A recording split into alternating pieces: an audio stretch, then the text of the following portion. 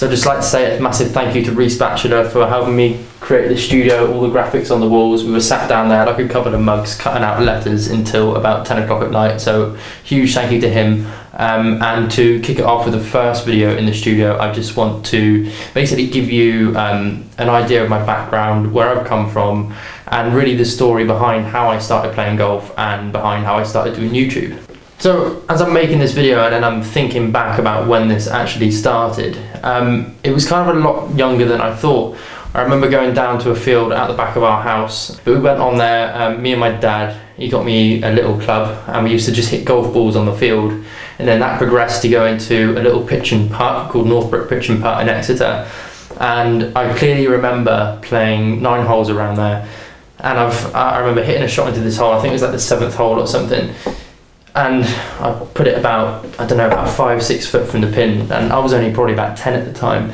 My dad's gone and shanked it off on the trees, and I remember a guy from the group behind shouting, "Bloody hell, who's teaching who in this group then?" And then after that, I remember my granddad gave me one of his sets of golf clubs. I mean, these things were huge. Well, to me they were at the time because I was only 11 years old, but they were solid steel, the old really heavy heads on them, you know, for proper grown men. And funnily enough, the first range I went to is where Mark Crossfield was filming to start with, was up at Clifton Hill. And I just remember there, being stood there as an 11-year-old kid with this massive club in my hand. I mean, I could barely pick the thing up, almost weighed as much as me.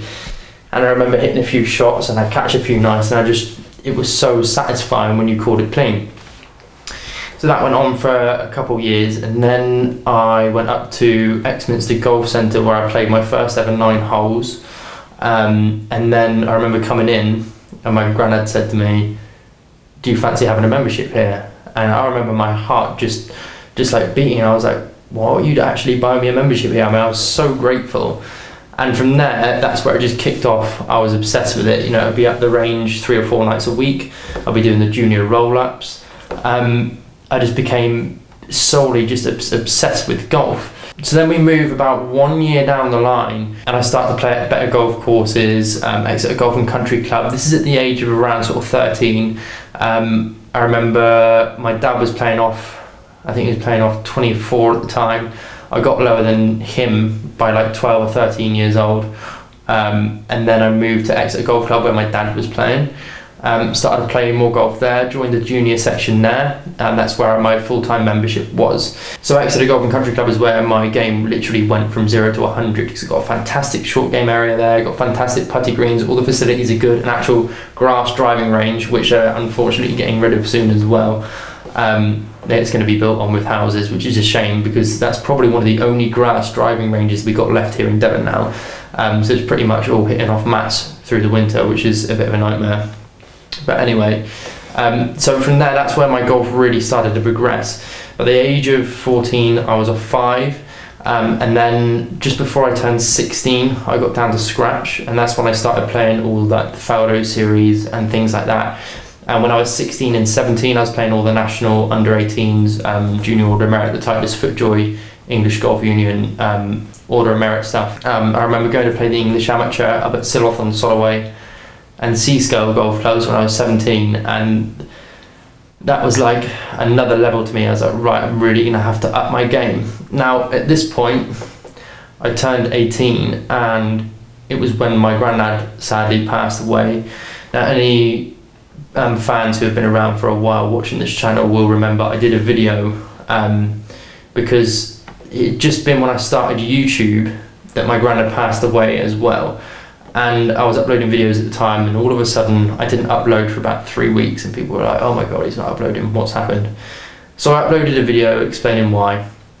And then from there on out, I got into the gym, and from there I started finding satisfaction in the gym and enjoying it, enjoying the challenge of getting bigger and putting muscle on. And of course I turned 18, I was going out, I was very much into drinking and going out every weekend, all the same stuff that you do when you're 18 years old, like I'm sure many of you have all been through.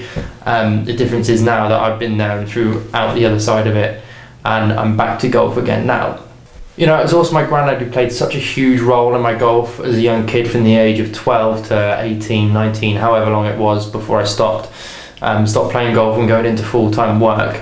Even at the age of 80, he was walking around 9, sometimes even 18 holes with a bad foot, limping all the way around. He played a huge role, and even junior golf tournaments, travelling to junior golf tournaments, he'd take 5 of us in his Land Rover, and he'd wait for 36 holes of golf, like literally 12 hours, and wait for us all to come in. He was just an amazing support for me, and I've still got all the little diaries left. He used to write down, obviously write down my schedule, all the scores that I'd done, all my records of everything, my record score for the year, my averages. He was absolutely fantastic. So when he went, it was a massive hit, and I think that's one of the things which kind of sent me down a bad route. And if there's one thing that he taught me which I wish I could kind of have taken on board and understand better when I was younger, was having a bad temper on the golf course. Now, if I could have the experienced, more mature head that I have now when I was younger, then I think I literally could have been 2 or 3 shots better and be a lot closer to my potential as a golfer. But that's why we're here now. So yeah, I spent my age from the age of 18 to sort of 21 going out, drinking, having a good time, which I'm so glad I did. It's one of those that if I didn't do it then and I continued to play golf, it might have happened later in my golfing career, which would have been worse off for me. So I'm glad I've been there, I've done it, I've had some amazing experiences with mates, been out, festivals, events, the lot. And then from now, obviously to fund a lifestyle, I needed a full-time job.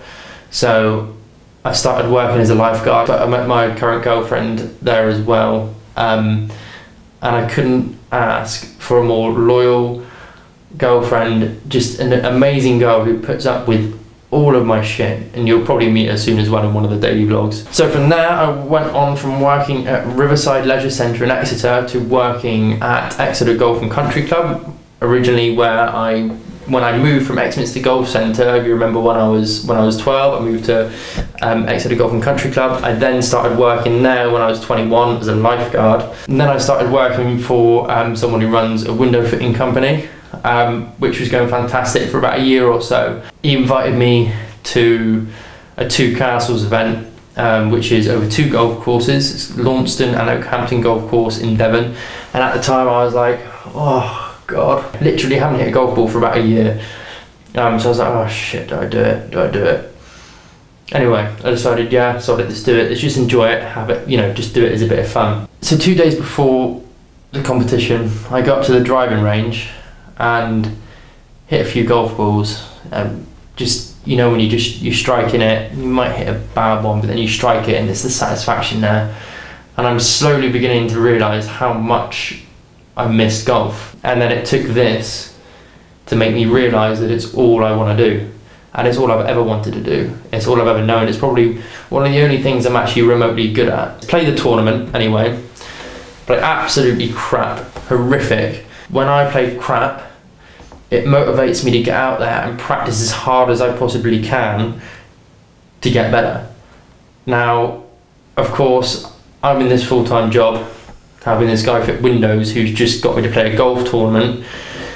Now, I find myself on a golf course every single night after work, wanting to improve because I've just played this silly little tournament, and I'm like, oh God, I can't shoot scores like that. So I'm going to the golf course every single night after work, practicing my ass off. And there it is, 4 years later, after not playing, I fall in love with the sport again. So that kind of brings me to where we are now, really, in this YouTube studio. Honestly, if you said to me 3 months ago that you would have started YouTube again, you can have a studio with graphics on the back of the wall like that, all set up, and be this passionate about it all again, I wouldn't have believed you one bit. It's all come at once, and I'm just so happy that it has, and I've had such a warm welcome back to YouTube. That means the most. Honestly, when I uploaded that first video talking to you about starting YouTube again, I was so nervous about talking to a camera, it was crazy. Honestly, I was sat here in front of the camera and I was fidgeting. To do that 5-minute talk, it took me 2.5 hours to get my words out. Bearing in mind, I've pretty much finished this video now, and it's been about, I think, half an hour I've been talking for, and it's probably a lot longer video than the first one I did. So, massively happy with the warm welcome back, and I just want to thank you all for that so much. Of course, as we get closer to New Year, the videos will be going down more of a vlog style channel. It's going to have to, but I'm enjoying the course vlogs and all the challenges and all the fun stuff which goes with YouTube over the next month. And obviously when the sort of 3 months before the season hits, things are going to get a little bit more serious, practicing, training, lessons, and mentally preparing as well, which is probably the most important thing, and the thing which I'm going to put most emphasis on over the next few months is mental preparation for the season, because I believe technically I'm pretty sound. I know there's quite a few bits and bobs in there and bad habits that we can get rid of, but my main priority is to be mentally ready for the season and in a good frame of mind. That's my main goal.